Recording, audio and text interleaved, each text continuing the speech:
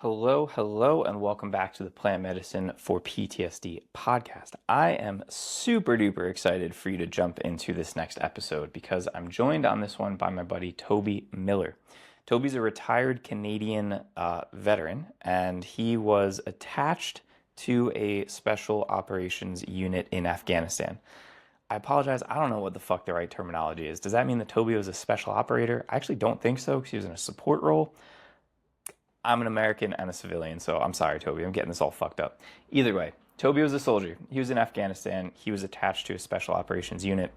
And you're going to hear all about how on his 41st birthday, actually, a buddy of his triggered an IED, which had some catastrophic consequences for his buddy. And it also seriously wounded Toby, gave him a traumatic brain injury, and ultimately led to his retirement from the military.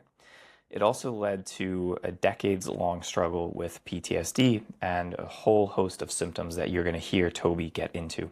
And it really plagued him and his wife for years. And it wasn't until they found us and were interested in attending an ayahuasca retreat that things started to turn around for him. And actually, when we met, Toby was in no fucking state to go on an ayahuasca retreat. For one thing, he was still on a very high dose of an antidepressant. And so we actually put him and his wife through our microdosing program in order to help him wean off of the SNRI. It's actually not an SSRI, he was on an SNRI. But either way, we worked with him for, I think, like 6 months to help him wean off of those medications and to prepare mentally, physically, and spiritually for that ayahuasca experience. And you will hear all about how that experience really fucking transformed their lives, both him and his wife, to the point that now they're both actually mentors inside of our coaching program where they get to turn around and help other people go through the same exact process they went through, which is awesome for me because I'm a civilian. And so now here we have Toby and Sheri, retired soldiers inside of the coaching program, getting to help out other veterans heal. So I'm going to let Toby do most of the talking here. So let's just get into this episode and you can hear the story straight from him. If you're cool with it, Toby, because I will have done a whole intro, give a little bit of background. If you want to, you can launch into like a little like introduction of yourself. Or Sure. I thought it would be cool if we just pick up the story on your 41st birthday and go from there. Sure. You Yeah. cool with Okay. that? Yeah, I'm good with that. Anytime. Start. Tell us about your birthday, Toby. Sure. So the morning I turned 41, I was in Afghanistan on my third tour. I was a member of the Canadian Special Operations community. I was a communications specialist with the Canadian Special Operations Regiment. We were doing what's called a VSO, a Village Stabilization Operation. It's basically where you go into an area with a very small team and you're trying to stabilize the area and build sort of a not a local police force, but like local sheriffs. So you're trying to engage the local people to take some sort of responsibility for their own safety and security. We went out on a presence patrol that morning. I wasn't actually supposed to be on the patrol. It was, my birthday, so I was gonna stay behind at the forward operating base and do cover up on the roof where we had, our rooftop. We live in an old bombed out schoolhouse, and our rooftop was covered in weapons. So somebody would always be up there ready to provide support. And that was going to be my day. But the guy who was going to run comms for me got sick, and so I was going. We stepped off really early in the morning. I remember our team captain not going, and he was a good young dude, and he met us at the gate as we're walking out, stepping off on the patrol. And I remember saying to him, "If I get blown up on my birthday, I'll never forgive you."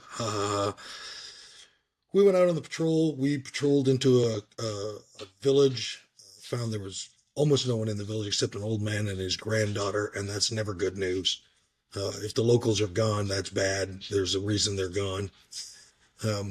We found and neutralized 2 IEDs, improvised explosive devices, on the patrol at the beginning of the patrol.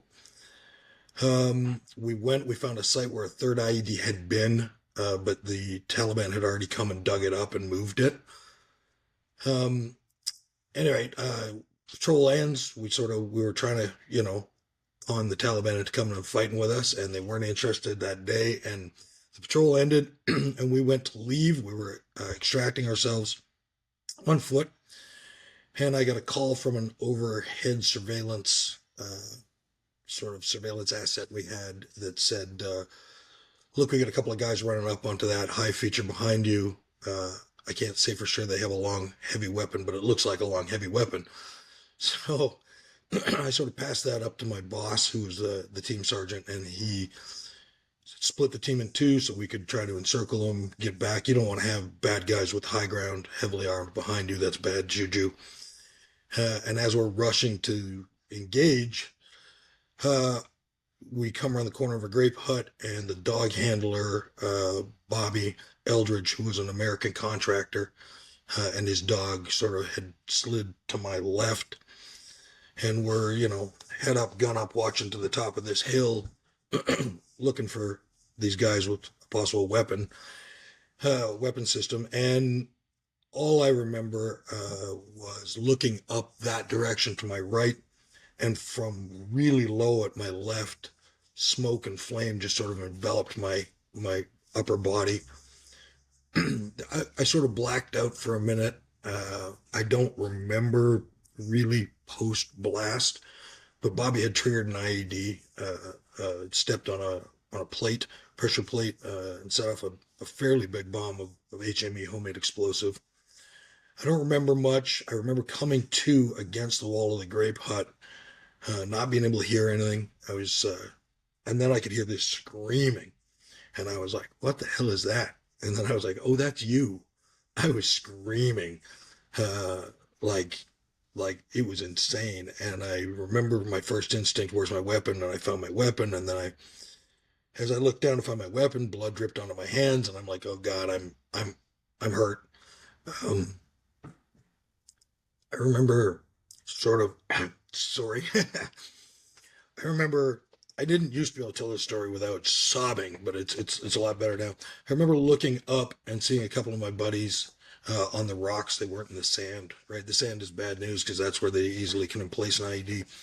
And they're beckoning to me, "Come here, come here, come here, come here." And I got up and I tried to walk and I fell. And I got up and I tried to walk and I fell.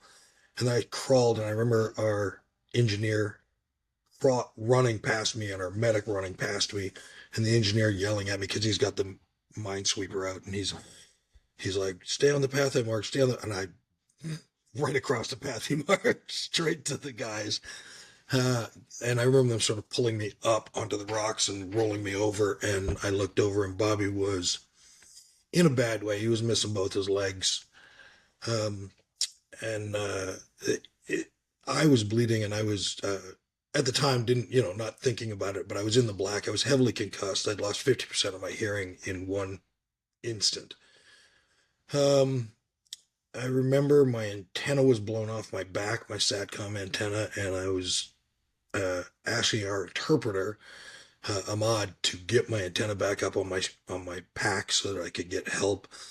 And I started screaming into the radio at this poor guy at the other end, who's the AOB, right? He's supposed to, sort out assets for me. And I mean, your training is, you call in an IED strike, you call in a nine-liner, you call in a medevac, you call in a missed report. There's all these reports that, as a communications guy, that's what you do. Man, that all went out the window. I was just screaming that I had a guy with or bilateral traumatic amputations. I was down, the dog was gone, and I needed a bird in the air. And I'm trying to find my GPS, which is strapped to my arm. And anyway, end of the day, he winds up yelling back at me finally.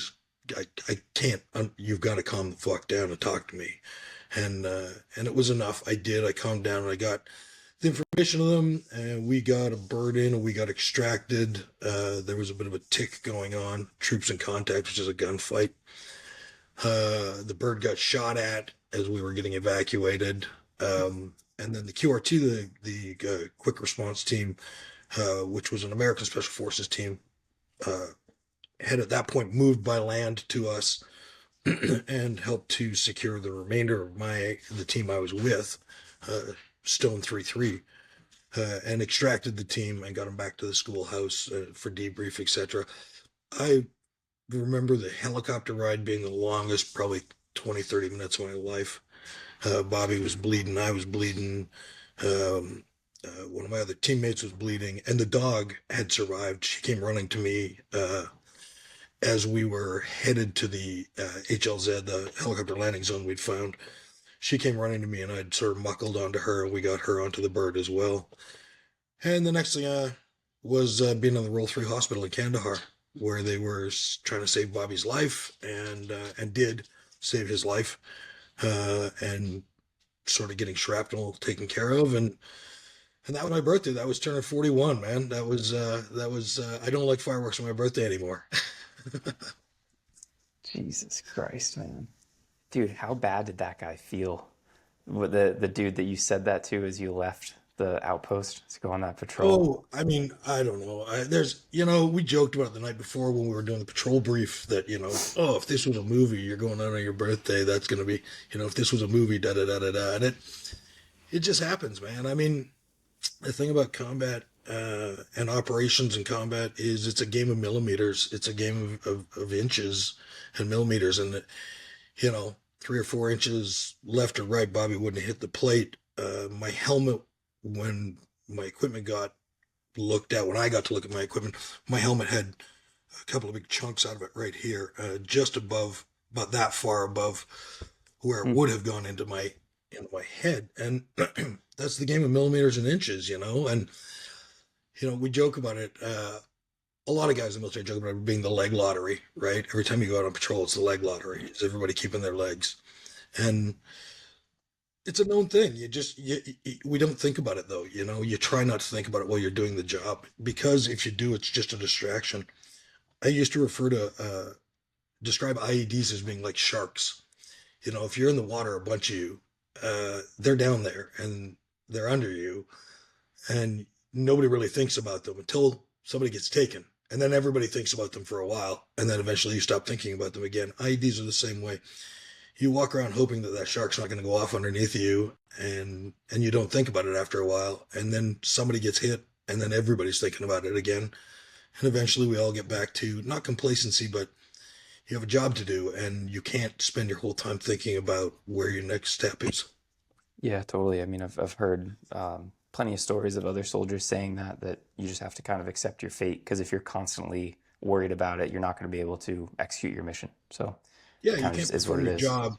You can't perform your job if you're not able to concentrate on your job, right? Yeah. And it's a man. You're watching. You're scanning your arcs in front of you. You're scanning the desert around. You're scanning around compounds. You're continuously having to put your attention somewhere, so you can't have it always on the ground in front of you, right? And that's just Yeah.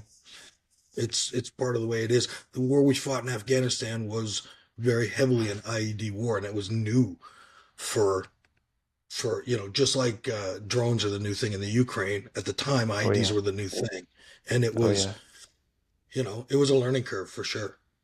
Yeah. Yeah, the thought just crossed my mind now because you hear about people who've had an experience like that. You come home, you have flashbacks when you're driving down the street and you see a piece of trash on the side of the road, and you're like, "Fuck, what is that?" I'm just imagining the next generation of soldiers coming home and a commercial drone flies by and they're seeking cover. That's like a whole new level. Damn. 100%. Amazon's trying to deliver something, and Yeah. you're freaking out. Yeah.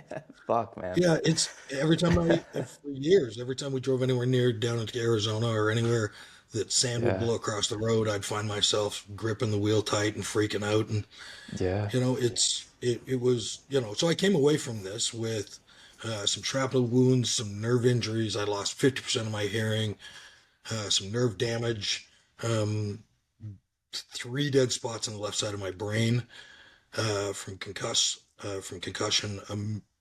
Probably my fifth or sixth or seventh TBI in Yeah. service, and massive PTSD. Yep. That was the leftover. Yeah, and I mean we're going to talk some more obviously about those symptoms, the sequelae of all of that, and how we treated it. And I know that some of that shrapnel is biological shrapnel, and you told me a story actually when we were in Peru, or a realization you had when we were in Peru that I want to come back to when we get to that point. Talk to me about what happened after that, because if I remember correctly, you stayed in for a little while. You went on another deployment to Africa to train some folks there, and then you got out So after that, right? yeah, so I actually on leaving the Roll 3 hospital after they treated me, I tried to actually go back to patrolling in Afghanistan. I went back out to our fob and tried to work with my team. Um, but the TBI and the PTSD were just more than I was able to do my job at that point in time. And you're one of one as a signaler, a special operations comm sergeant. You're the only one, all right? Nobody else is in your trade. So I got a team of 12 guys, and I'm the only one of me, and I have to be at the top of my game, and I was not at the top of my game. I was zoning out. I was pretty paranoid, obviously, of getting hit again. I was having nightmares. I couldn't sleep. I just eventually, the guys who were affected were sent back in to chat with a base psychologist in and to a doctor in Kandahar at the hospital again. And we flew in and we went and I had some brain scans done, and the doctor on duty happened to be a U.S. Navy SEAL, and he was a neurologist, or he'd had a lot of neurology training, and he looked at my scans and he was like, "You're not okay." And I talked to the shrink, and the shrink, my wife had said to me the night before on a Zoom call, she was like, "Just tell the truth." Um, so I told her the truth with all the questions that she asked the psychiatrist, and she looked at me and she was like, "You're done. You can't be here right now. You've got to get out of country." So I was medically repatriated and sent home. I went through some rehab. I went through a lot of work back in Canada. I got a new job in the unit still. And eventually that job saw me in Niger a bit, uh, in Belize, where we were training the Belizean Special Activities Group, which is their special forces, in Jamaica, where we trained their special forces. And the mission in Niger is to train Niger, and in Mali is part of what they call Operation Flintlock, which is training counter-terror troops or local troops over there. And so I went back over a couple of times, and I was never going to be back on my game. You know, I was never going to be okay to do this job, and certainly not at the level that's required in special operations community. I was an anchor to the team. It was not good, you know. So that was a tough thing to recognize or to accept when I was told that. And was that what made you decide that it was time to get out when you realized you were a liability to your team? I, I didn't decide to get out. I You were continued to told. try to fight it, and eventually it came down to the fact that they were like, "Look, you cannot do this here." I Mm, was heavily into alcohol continuously because it was the only way I could sleep. I was having night terrors. I was a I would jump and startle at the slightest bang. I was filled with rage. I was always angry, always smashing things, always I was sent to the school to do my sergeant's course, and I wound up putting my fist through a laptop because somebody pissed me off in class. Like it was right. bad, and I was unwilling to accept or recognize how bad it was. Finally, my regimental sergeant major sat me down. He was like, "Look, this is no longer tenable. You can't be like this and do this job." And so yeah, I went to what they call a joint personnel support unit, or JPSC, which is where they release you from. And they started the process of medically releasing me after 15 years of service. I was medically released and out the door without tribe, as they say. Yeah. I feel like that makes it even harder that it wasn't even your decision, that you were just kind of given the boot. Yeah, well, and in the end, I recognized that that was absolutely the right decision. They Oh, were for totally sure. right. You can see that now. Yeah. Now I can see that in hindsight, right? But at the time, of course, you don't want to go. I mean, this is you spend your life wanting to do this, and then get into the military and get good at your trade, and then move into the special operations, which is like the pinnacle. And here you are at the peak of the mountain, and all of a sudden they're pulling you off the mountain completely. You're done. And Yep. it was a tough thing to take. It left me feeling very abandoned for a long time, feeling like my tribe had turned its back on me or had shunned I, me. And I was going to say, I imagine feeling betrayed on top of that, because oh, absolutely. literally yesterday on our group call for the program, of which you are one of our mentors, we were talking all about that loss of identity piece. But yeah, that didn't even factor into my mind the fact that it's like I gave my blood to these people and they kind of turned their back on me when I needed them, when I feel like I needed the support. They just Sure. showed me the door. Yeah. And at the end of the day, they have a job to do, man, and they have a Oh mission, yeah. Oh yeah. and supporting me is not part of that job or mission. There's other That's true. organizations that are whose mission is to support me, and that's Veterans Affairs and things like that, right? In the medical system and stuff. It's not my regiment's job to sort of baby me and try to hold my hand, and they did for a number of years. They went above and beyond trying to keep me in. Um, but the situation just was what it was. I was not going to be physically or mentally able to do the job anymore, and it was time to move on. And they recognized it, whether I wanted to accept it or not. And Yeah. accepting it was a long road for me. Yeah. We're gonna talk in a moment about the acceptance, the help that you ended up getting. If you don't mind, I want to linger on this dark spot for a minute because I feel like I've heard snippets of a few different stories of like a few different low points, and I know you talk about being on 26 different pills a day. You've told me a couple stories. I'm wondering if there's any one or two that you want to share, because You I feel know, like there's. Go ahead. yeah, the night terrors were real and brutal. I mean, it was 3, 4 nights a week, waking up screaming, and Sheri, my wife, would wake me up and be like, "Get up and walk around for a minute." I get up and walk around so that you could even try to get your head out of that space. I'd lay back down 20 minutes later, and I'd be back into the night terrors. She was choked. She was hit. I was, uh, never seriously hurt, but there's a danger involved there. I spent a lot of time sleeping on the couch trying to so that she could sleep and so that I could feel like she was safe from me. Um, Suicidal ideation, voices in my head continuously 15, 20 times a day saying, "Man, you don't matter. You're not worth it. Why don't you just put your pistol in your mouth? Why don't you, you know, uh, roll your Harley right in front of that 18 wheeler coming toward you, stuff like that." And those were voices that were not my voice. That was unbidden. It wasn't like I was actually thinking, "Oh, I want to die." In fact, what was worst was probably the apathy to whether I lived or died. That's even worse than the suicidal voices, right? Just not caring if I get up in the morning. It doesn't matter if I wake up tomorrow. I don't care. It doesn't matter one way or another. And I think that's an effect of the PTSD and the traumatic brain injuries, but it's also an effect of 26 pills a day. Turning you into a zombie and just creating some apathy in you that was not healthy, and was really scary. And I guess at the lowest, I was about, I guess, 4 years ago, 5, 6 years ago now, on my knees with my hands on the top of my head, a belly full of all my medications and whiskey or vodka, being taken down in a felony takedown by the RCMP at gunpoint because I was a danger to my community and I was a danger to the RCMP and I was a danger to myself.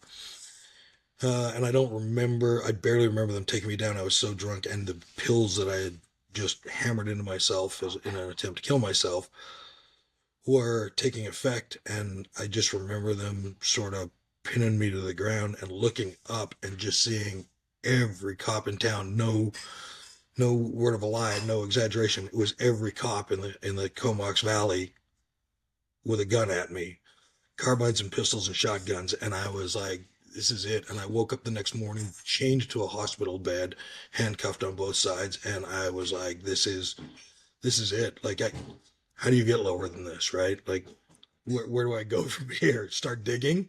You Yeah. hit bottom, you're gonna dig or what, right? Like, so that was Shout out to the RCMP for not shooting you despite probably your best efforts to entice them to. I was trying to get them to. I wanted them That's to, yeah. and Yeah. the cops were remarkably restrained and understanding, and it was a measure of their training and their leadership, their local leadership here. That they responded to me with compassion and guns. So But the two can coexist. there you go. So speaking of the RCMP, we have a mutual friend, Seb, who We put do. us in touch. Talk to me I about adore that. That Seb. was That was Christmas of what, 2022? Yeah, I was in Texas. We were just sort of spending the winter in Texas with our RV, me and Sheri and the dogs, and I'd run to the end of everything that I could think of to do. I'd been through every modality. I've done EMDR, I've done cognitive behavior therapy, talk therapy, neurofeedback, every pharmaceutical they could throw at me. None of it was actually working. None of these modalities. And I was just talking to Seb one day, who's just such a great guy. And I said, I had discovered Dr. Gabor Mate, and I sort of found some hope in the things he was talking about with psychedelic therapies and stuff. Um, and then I started to look at some guys who I had so much respect for in the community, Navy SEALs and things like that, who had gone and engaged in psychedelic therapy to get themselves sort of out of the hole that they were in. And I remember talking to Seb and just being like, I don't know what to do. I'm kind of thinking about this. And he's like, I got a dude for you to talk to. I got somebody to talk to. And there's just some sort of irony there of, the former regimental sergeant major of the national SWAT team being the guy who sort of gets me a hookup for psychedelic therapy. And I wound up getting a hold of you uh, and through the microdosing program, I came off all my meds, which was incredible. It's the first time, as I say, raw dogging life in over a decade, right? Like it had been.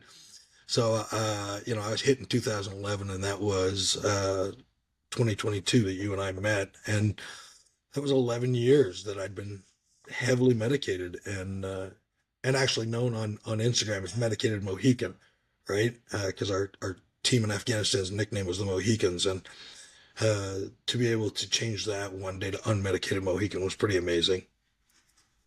Absolutely, man. And I shake my head when I see those like veteran shirts. It's like I'm medicated for your protection or whatever. Um, There's a whole mentality that that's goes with that, man. There's a whole oh yeah, mentality that, this whole, I don't know. I mean, some of it's thank me for my service bullshit. Some of it's, recognize my sacrifice. Guys who are hurting and they've got this sort of victimhood and they want to be recognized for what happened to them, et cetera, et cetera. But it's not healthy. It's not, victimhood serves none of us, and it happens in the veteran community. And I understand why it happens because I was there for a long time before I moved past victimhood into taking responsibility for my own mental health and responsibility for healing. And some of these guys just aren't ready that yet, or aren't there yet. And it's also not easy because, as you know, this we had to go to Peru to do ayahuasca. You can't just, you can't, oh, I'm going to go to Ottawa to a center and do ayahuasca. That's not a thing, right? So if you want to take shouldn't on be. board to do this stuff and take that responsibility, you have to listen to the call of the medicine, and then you have to do the work to get to the medicine, which includes maybe a 30-hour flight. Yeah, let's talk about that because yeah, when you came to us, the primary goal was like, all right, let's get this dude to Peru, let's get him some ayahuasca, but we knew that you were not in any sort of state to drink the medicine quite yet. Literally, like medically speaking, being on the medications you were, it's like dangerous, and then also just not quite in the right headspace to get the most of it. So yeah, before we started working with you, where were you at, if you remember, like in terms of medication, in terms of alcohol, Uh, in terms like yes. symptomology, kind of before all of this? So, I mean, at the peak, I was at 400 milligrams a day of Prestique, and the clinical That's dosage right. is 50 milligrams, so 8 times the clinical dosage. Um, Enough for a very I, sad horse. I stopped feeling anything at that point. When you and I started working, I think I had weaned down to 200. Um, the withdrawals from Prestique are brutal, brutal. It's like brain zaps, they call it, and it really does feel like electricity going over between your brain and your skull. uh, Cravings, fog, more anger, because that's what you need when you're already rage filled. Um, no sleep, etc., which is what you need when you've already got night terrors. It was brutal, but the psych doing the psilocybin was, I think, the only thing that got me through the withdrawals. So yeah, I was still medicated. I was taking antidepressants. I was taking uh, a lot of painkillers, gabapentin for nerve pain, neurological pain, trazodone to try and keep me calm, like some heavy duty cocktail of pharmaceuticals. Yeah. You know, Combined with how much whiskey? well, at that time it was probably vodka, and it was at Fair. one point probably would not be unusual for me to drink a 26-ounce bottle of vodka in a day, Gotcha. in a 24-hour period. That was not only not unheard of, it was probably pretty damn common. Blackout drunk every night, not remembering what we watched on TV, not remembering going to bed. And then I would combine that with a shit ton of THC. And I mean high THC, like 32% THC. And I would get my vape and I would just hit the vape and drink vodka and hit the vape and drink vodka until, I pass out. And that was nightly. And actually, oddly enough, after I started microdosing, the first time I microdosed was probably the last time I used THC for anything other than the odd trip home. We're visiting home and families, we're sitting around at a fire and somebody lights up a toke and says, "Here, you want a toke?" And I'm like, sure, why not? But it's the last time I ever medicated with THC was the first time I microdosed. I lost the taste for it. I forgot that that was even part of the picture because you're right. Like that just immediately went out the window. Yeah. What do you attribute that to? So talk to me about like what the medicine did, or maybe even before that. Like what the fuck did you think was going to happen when you started working with us? I didn't know because the only times I'd ever worked with psilocybin in my life was not working with psilocybin; it was playing with psilocybin. Right? We're having a It's a party. good. That's Let's a let's good all distinction. let's all take a gram and see how we feel and watch the counter melt in front of you, kind of thing. And that was, I had played with it. I mean, I'm, That's I'm a cool. West It Coast has its boy. place. Yeah. I'm a West Coast boy. It grows in our yards here sometimes, like, so yeah, yeah, I'd use it for fun and recreation, but I'd never used it as a medicine. And my first thought was like, the hell's this going to do? It's such a microdose, literally, in its name. I'm not taking enough of this to do anything. Like, there's no way this is going to help or this is going to change, but I don't understand how it's going to.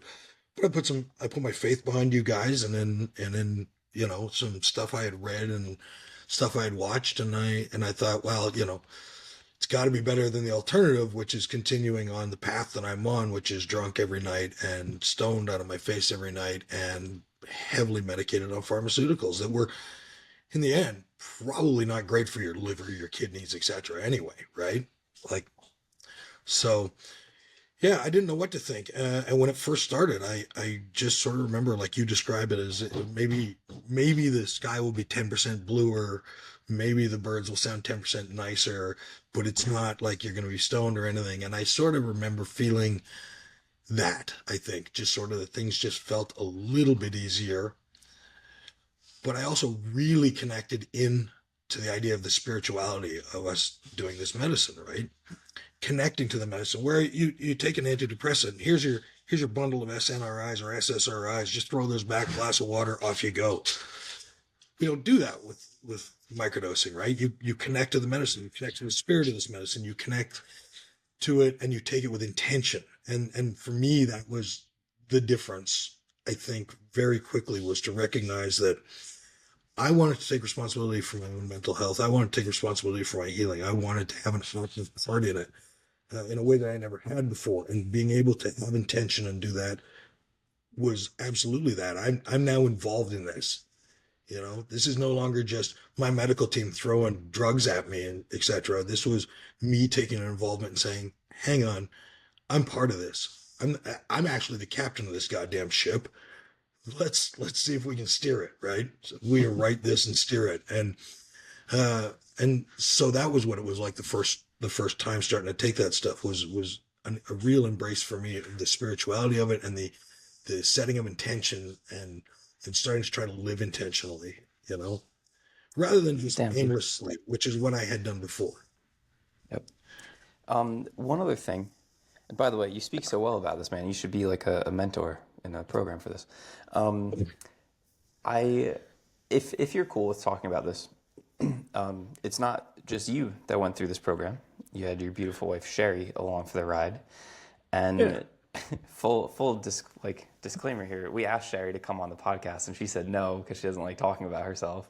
And we are like, "Fuck, we taught you too well about in placing boundaries. Like, come on the podcast." But 100%. Yeah.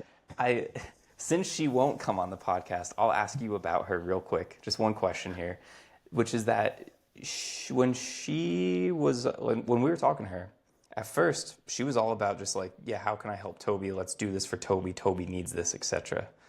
And it wasn't until me and Cordy were like, how are you doing, Sheri? That she was like, fuck, not great either.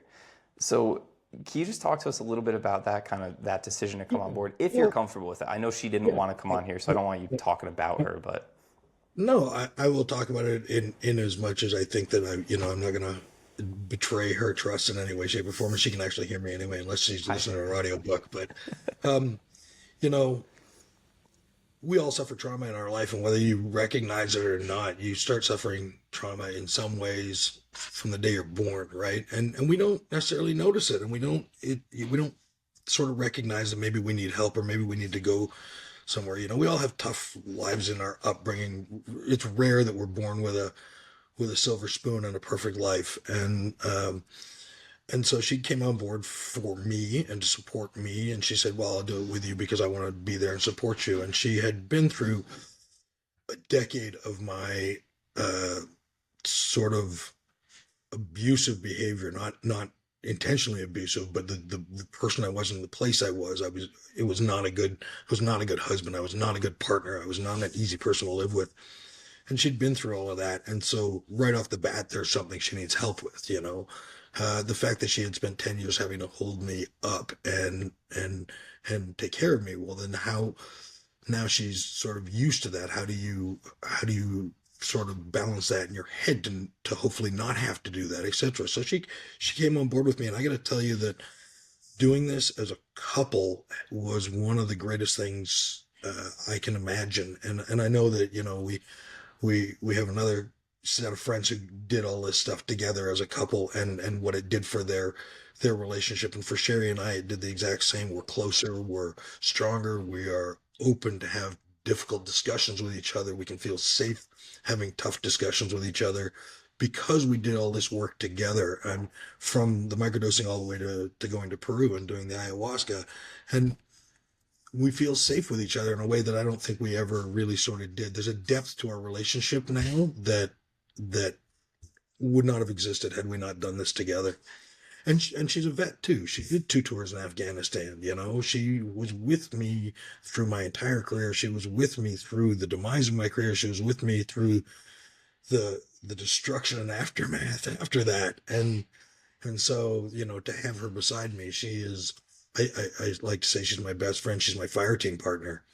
You know, so it beautiful. was amazing to have her beside me, and and for us to be able to grow together, but also be able to grow apart.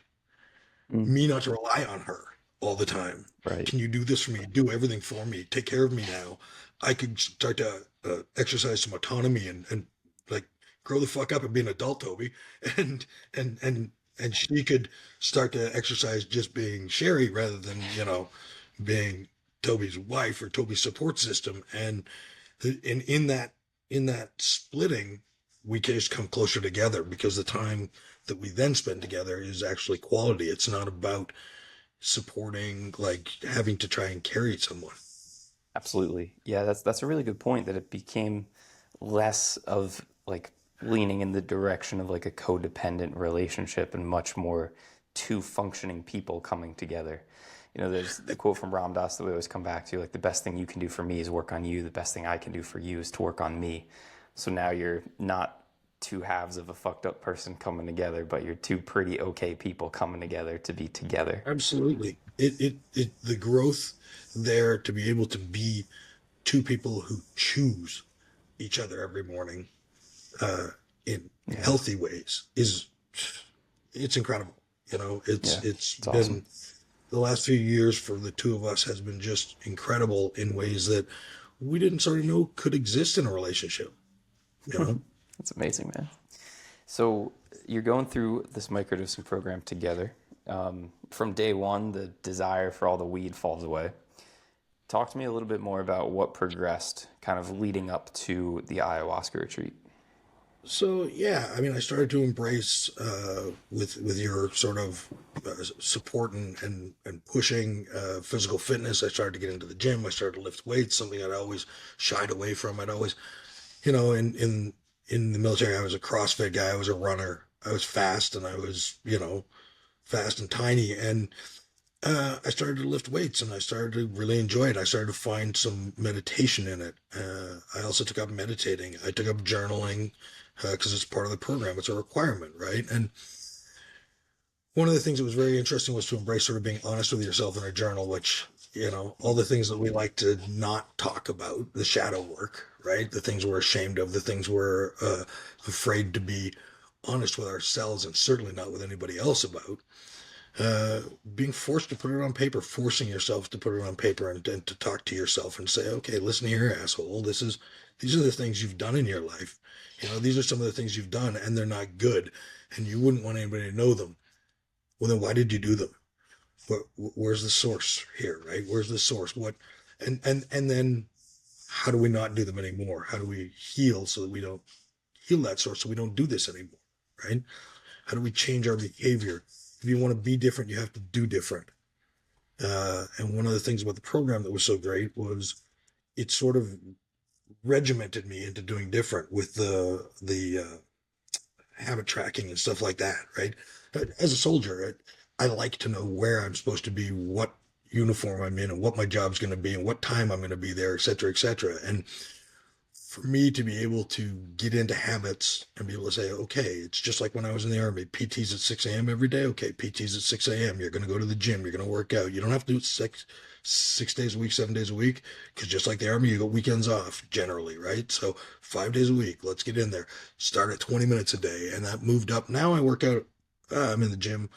I haven't been for a couple of weeks, or actually a month now, because we've been on the road and it's driving me, but I can't wait to get back. But I work out hour to an hour and a half a day and love it.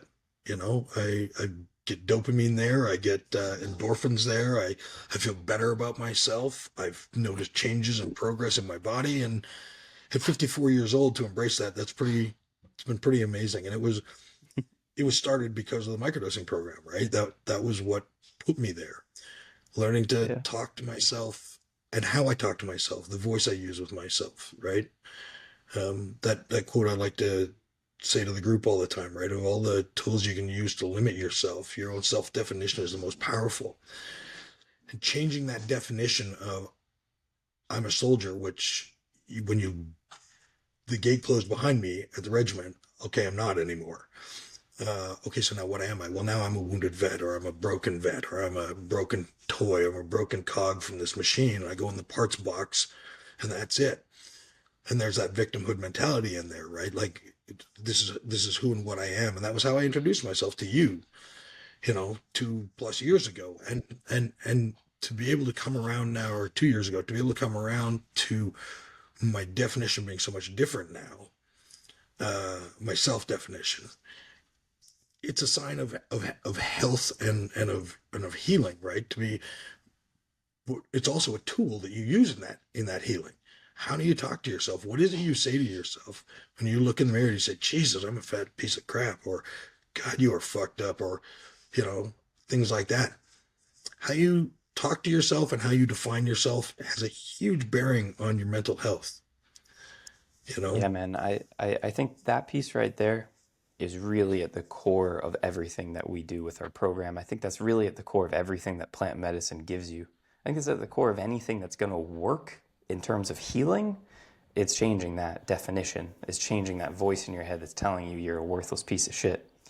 And I feel like Absolutely. what's really hard is when external life circumstances happen that give credence to that voice. Like I was just talking to somebody in the program today who's going through a breakup after thinking she would like never find love. She had this great partner and then he was a fucking douchebag.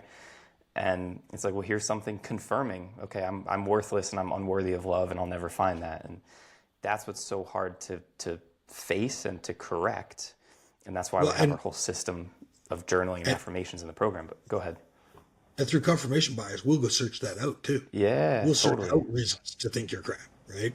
But Totally. the things you say about yourself, you will search out reasons to that will back, or facts that will back that up, or situations that will back that up. And So how and did you change that? Like what actually happened for you?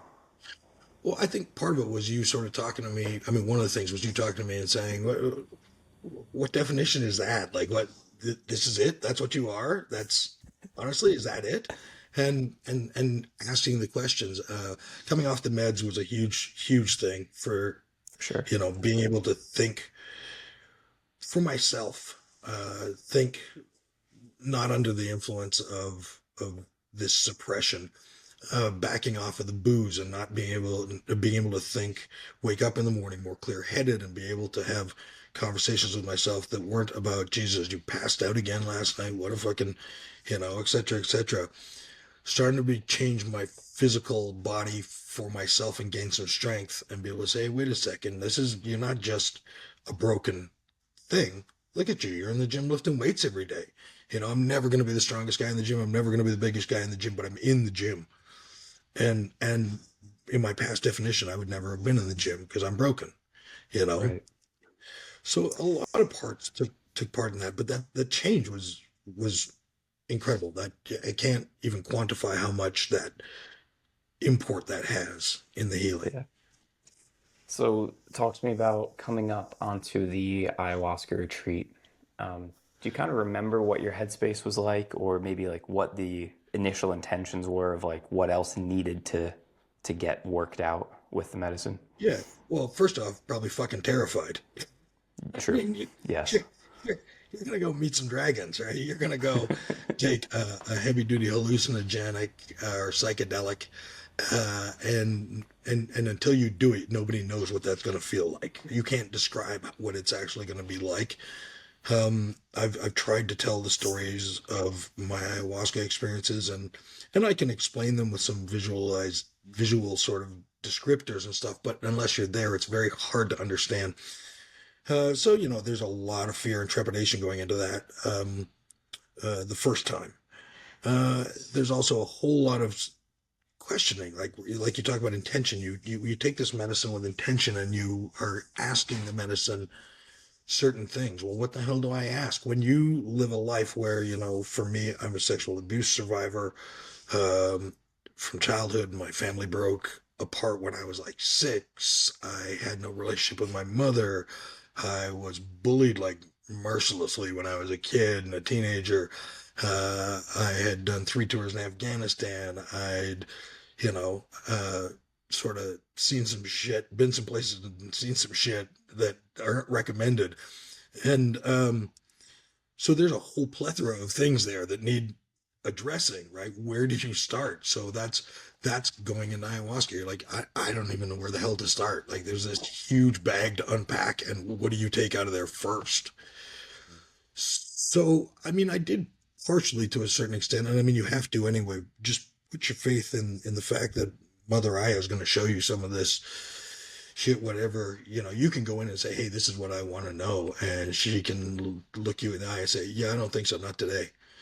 We're gonna talk about something else that you need to. And we discovered this, right? I went into ayahuasca fully expecting this was all going to be about Afghanistan and about combat and learning about that. And it turned out that most of it wasn't, right. It was much more about childhood trauma and family relationships that I had not had or not fostered, forgiving people for some things that were done to me, or that happened to me, forgiving myself for things. It was much more about that than it ever was about getting blown up even, Yep. and that was a surprise for me, right? Because the Yep. expectation, and we all went into it thinking, oh, Toby's gonna have a rough fucking ride, and I didn't. I had a amazing experience with Mother Ayahuasca. She was not as tough on me as I expected her to be, but also just I came out of it as I said, that morning in the rainstorm, I said, I feel like I've been reprogrammed, right? And that was it. I felt like I had been reprogrammed. And I mean, the visuals that night were of wires being unplugged and plugged into different ports in my Sure. spine, Yeah. and being actually physically reprogrammed. And the next morning, that was exactly how I felt. I came out of it feeling like I've been reprogrammed. Hell yeah. You know, Shout out to James for taking the most hardcore ayahuasca photo ever. I'm standing in a monsoon, near Sick. naked, just absorbing the jungle and the experience of the night before. Yep. I mean, I would say to people too about this, people have to keep in mind that this is not a cure. I still have PTSD. I still have TBI. I still have all of this stuff. But what I have is an understanding of it and a relationship with it that is healthy, and that allows me to live a healthier lifestyle and increase my quality of life. I'm not a person who believes that you can truly cure PTSD, but I think that you can treat PTSD and you can increase quality of life exponentially, like hugely. And and I now live a life where I can live with my PTSD, and I can live with my brain injuries, and I can live with my trauma, uh, having healed a lot of it, and it's still there, but it's not as painful. If I were tossed back into combat, I'd probably be screwed immediately again, right? But I get now, fortunately for me, through our veterans support system, stuff like that, to live a life where I can use the things I've learned, and the healing, and I can enjoy the healing I've found, right? Without, Well, putting and myself. and nobody's asking you to jump back into combat anymore. Exactly. And you're clearly you're still of service in a huge way by helping other people heal. So many things to talk about, man. What's very Um, interesting too about this journey has been that, my coming into it was always to, people would say I was a veterans advocate, and in that self definition, I've moved on from being a veterans advocate to being a trauma survivors advocate, mm, because I came to recognize that it's all kinds of people have trauma. You don't have to have been a freaking vet in combat to have trauma in your life. I And have and I'm smiling because I have a list of Toby quotes that I was going to come back to with some rapid fire explanations at the end, but one of them is trauma is trauma is trauma. And so there you go. I completely agree. You don't have to have been blown up on a hillside in Afghanistan to qualify for raising your hand and saying, "Hey, I need some fucking help." And yeah, to your point, I mean, this is something that we also say is like the worst thing that ever happened to you is the worst thing that happened to you. Whether that was sexual assault, whether that was getting shot, or whether that was like hearing your parents arguing when you grew up. It's a relative absolutely. scale. It's not the trauma Olympics. And you've survived it this far. Yeah. That's Yeah. another thing to recognize. The worst Yeah. thing that ever happened to you, you survived. You Yeah. know, It's a good point. So you mentioned kind of another phrase that we use in the program of peeling the layers of the trauma onion. How you went to Peru thinking you needed to heal from the IED and everything, and you got served up some other memories to look at. You got your brain reprogrammed by this ancient plant spirit, and then what happened when you came home? What was that like? uh, well, I mean, reintegration's weird because, the first time you step into the airport in Lima, which is just a sea of humanity, and you've just come out of the Oh jungle, and this yeah, experience is sort of like, wow, there's a slap back in the face of what life is really about. Um, I think the biggest thing, I mean, first off, I came home, and uh, people literally didn't recognize me. You know, uh, we talk about those photos of Damien, and our friend Damien, and his face, a week out of the jungle. He does not even look like the same human being. The haunt in his eyes is gone. There's a smile on his face, etc. And people said that to me. They were like, "You just look different. You look sort of like some sort of weight is off of you." Um, and people would watch as things would happen here. My little brother, would be like, something would go wrong, and he'd be like waiting for the explosion, and, where's yeah. the earth shattering kaboom? There is supposed to be an earth shattering kaboom. There was no earth shattering kaboom because I was like, whatever. I can't control that, and I I can't control that, what happened, and I can't let it control me. So there's a separation there that, in recognition, that the explosions just didn't happen, and that blew people away, and then when they start to remark on it, you start to notice it more. You're like, oh yeah, wait a second, I would have blown up at that. I would have put a hole in the wall for that. I would have, smashed something expensive Yeah. in my home for that, and all of a sudden I don't. Like, wow, and those lessons I have found. I mean, it's been, let's see, we went in last May, so it's been almost 16 months or so, and those lessons have carried on. And I think that's one of the things I really appreciate about this sort of healing and these medicines is the longevity. Uh, I have friends who do ketamine therapy, and it works extremely well for them. But they're back in every 6 or 8 or 10 weeks getting more ketamine therapy, uh, and this was, I mean, it's the cliche, but it's 10 years of therapy in 5 days in the jungle, right? It was the longevity of that healing has been impressive to me. The fact that I still don't have the rage. One of the things you and I used to talk about the psilocybin, for me, it created a space between stimulus and response, right? So for me, we used to joke I would go zero to apocalyptic in a nanosecond, and now something can go off, except traffic. That still pisses me off, but something can happen, Mexican traffic, bro. and I don't just lose my mind. It gives me there's like just this hair of a second in my head that says, "Is this worth freaking out about?" And Totally. Yeah. and that Corey carries calls that on. the sacred pause that Yeah, meditation gives you, or microdosing can introduce you to. Because I'm sure at this point you still have that, whether you microdose that day or not.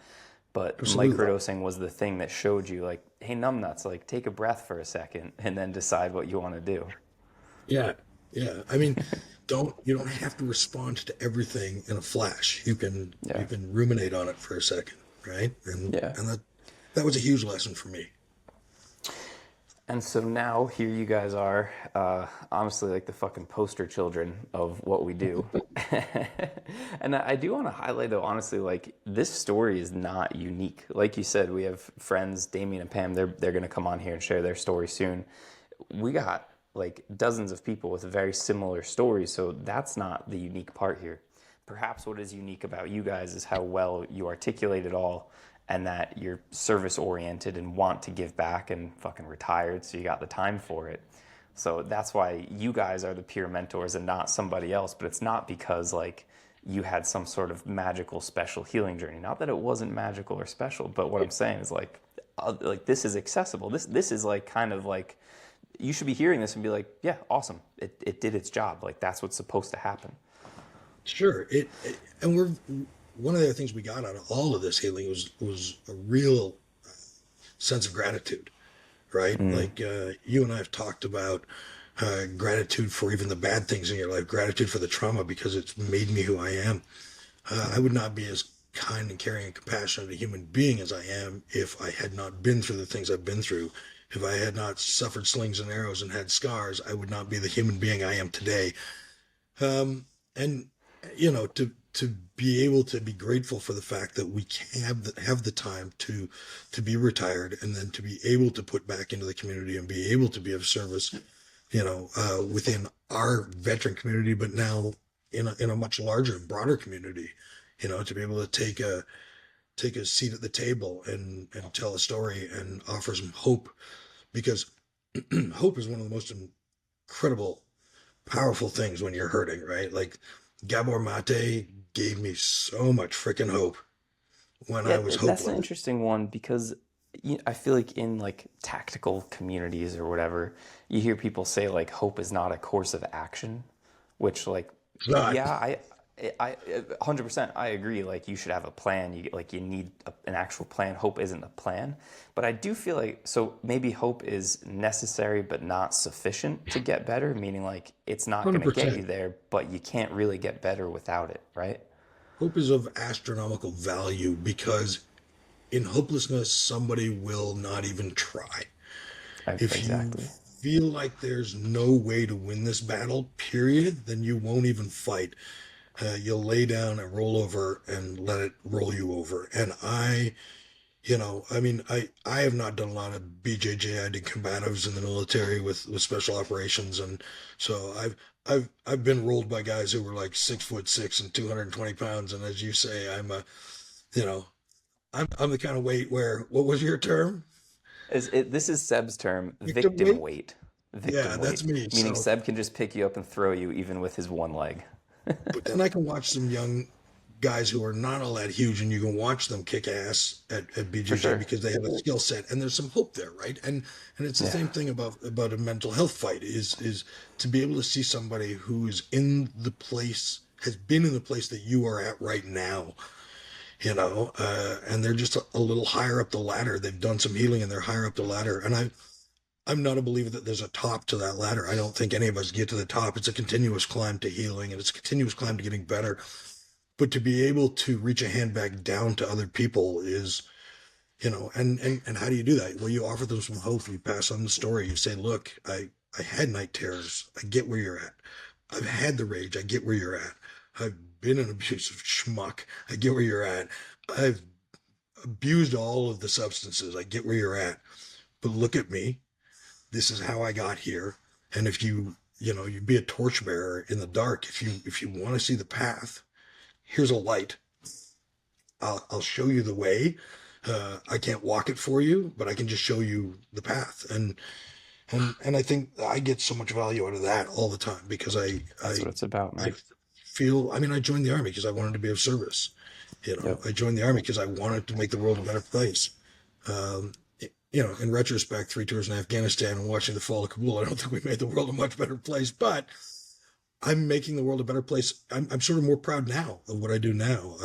I'm making the world a better place now in ways that are probably much more effective than I did even as a soldier. Yeah, I would agree with that. I think that's a beautiful perspective to have, man. So I feel like we did an awesome job actually walking through the whole journey here. Well, we've discussed this a What zillion goddamn times now, we you and have, me. I know. Oh yeah, I know this is a cheat code. I knew every single thing you were gonna say. um, do you feel like Well, there's I anything didn't that we say missed? Any truly stinky highlights? bullshit or some of my other phrases that you like so Well, dude, much. all right. So let's get into the Tobyisms. I'm gonna hit you with something that you say all the time. You give me some context. Talk to me about grace versus slack, because I have 1,000% stolen that. So I actually co-opted it first from another vet, a buddy of mine, Big Bird. He talks about it, and I mean, for me, the idea of when my body gets up in the morning and I'm like, I just don't freaking feel like it. If I don't do it, that's slack. If I get up in the morning and my body hurts like hell, and I feel like I can't do that today, and I need to take a day of rest, that's grace. Grace is good for you. Slack is not healthy. Why is grace Slack is important though? Grace is important because you do need to rest. You do need to listen to your body. You do need to heal. And sometimes healing is nothing more than staying on the couch for a day and reading a book or watching movies and staying warm and healing and letting your body rest. And that's offering yourself the grace that it's asking for. Give me some grace. Let me rest. Let me heal. Let me do what I need to do today. Okay, I'll give you grace. Give me some slack because I just don't feel like it. No, that's Yep. not as acceptable to me. I think it ties back to that voice telling you you're a piece of shit. So I didn't work out today, so I'm a piece of shit. Well, if you just slacked off, like, kinda. But if Yeah, you and actually needed that rest, no. that's the end result, right? That's the litmus test. If the next morning I feel like I didn't sort of let myself down yesterday, then that was grace.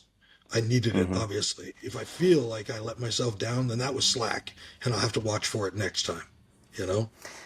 As far as the workouts go, I have adopted Jocko Willink's strategy, which is that if he wakes up and doesn't feel like working out, he still does it. And then the next day, if you still feel like you don't want to do it, then you can actually rest. But like procrastinate the resting, push off the resting to the next day. Absolutely. The only time I wouldn't agree with it is physical pain. Like if you're For hurting, sure, then yeah. you Injuries you are got to different. listen to you got to Yeah, listen to the joints, man. Especially at my totally. age. Totally. Um, Talk to me about taxes. If it doesn't serve you, it taxes you. Yeah, well, I mean, that's everything in my life that I now look at. My attitudes, my actions, how I treat people, etc., how I allow people to treat me. Does that serve me? I mean, so that's that whole back to that piece of how do you define yourself? Well, if you define yourself as a broken piece of equipment, is that serving you? Is that helping you in your life? Well, if it's not serving you, then it's taxing you because it's two sides of a coin. If it doesn't serve you, it taxes you. And I fucking hate paying taxes, man. I don't like it. So, at the end of the day, if it's not good for me, if it's not helping me move forward, if it's not moving the yardsticks forward in my life, then it's anchoring them and holding them back. And that's taxation. And well, taxation is theft. Screw you. We hit trauma is trauma is trauma. So I've got one last one that I've heard you say often, which is that you can't unring a bell, but you can do something. You can't unring a bell, man. I mean, what happens to you happened to you. You can't change it. I can't be unblown up. I cannot be unassaulted or molested. I cannot change any of those things. But what I can do is change the way I hear them, right? So you're going to hear that bell anyway because it's been rung and you can't, but how do you hear it? Is it grating on your nerves or is it a tune, And some of that is about finding gratitude and for your traumas and for the tough things in your life and about sort of finding forgiveness for the people who did those things to you or were part of those things and for yourself for them having happened because man we carry around a lot of fucking survivor's guilt, all of us, and that's not just soldiers. We all carry around akin to survivor's guilt. This I played a part in this. I was sexually abused as a child. I must have done something wrong, right? You didn't do a goddamn thing wrong. You were a child, but to give yourself forgiveness for that, to allow yourself some grace for it and recognize that all right, that happened. That bell's been rung, and I can't change it, but I can decide how I want to hear it and what voice I want to use that bell to have. Oh man. Toby, is there anything you feel like we haven't touched on that you think is important for posterity's sake to I mean, capture on this the, podcast? the only thing I mean, we talk about the future of this stuff and Hmm. and it going mainstream, and I want to see people be able to have access to this healing. My concern, of course, is we're going to remove the spirituality from it because that's exactly what we do with pharmaceuticals off the top. We've done it in Canada with medical marijuana for veterans. Here's 3 grams a day of marijuana. Beat it. Get to your couch. Don't be a Yeah. problem. We're not teaching them to take that medicine with intention. I want this medicine to make me be calmer today. I want this marijuana to make me be calmer, be a nicer person, be a uh, uh, you know, not fly off the handle, to et cetera, et cetera. We don't teach that stuff, and I think that we lose the spirituality of it. It's going to dull the medicine, and I don't want to see that. But there's going to have to be some trade off of that in order for it to be, mainstream accepted and available for guys. I, Yeah, I I this almost feel stuff like some of that can is save going to lives. be it 100%, man. I feel like some of that's Save going to be lives. inevitable though. Fuck yeah. It's almost like McDonald's is fucking soulless, but now everyone can get a cheeseburger. But yet you still Exactly. have actual artisans pouring their heart and soul into this organic farm to table food, and like both things are going to exist. Absolutely. And I will continue to tell people, when they ask me about it, I'm like, yeah, I guess you could do ayahuasca in a basement in Vancouver with some guy named Chad who did it a couple of times and thinks he's now a maestro. But that's not the medicine. The medicine is taking the journey and going to the medicine, showing it the respect and engaging in their culture and engaging in their teachings. And I said one night, I remember sitting in the Maloka the first night, and before I'd even taken the medicine, and I was like,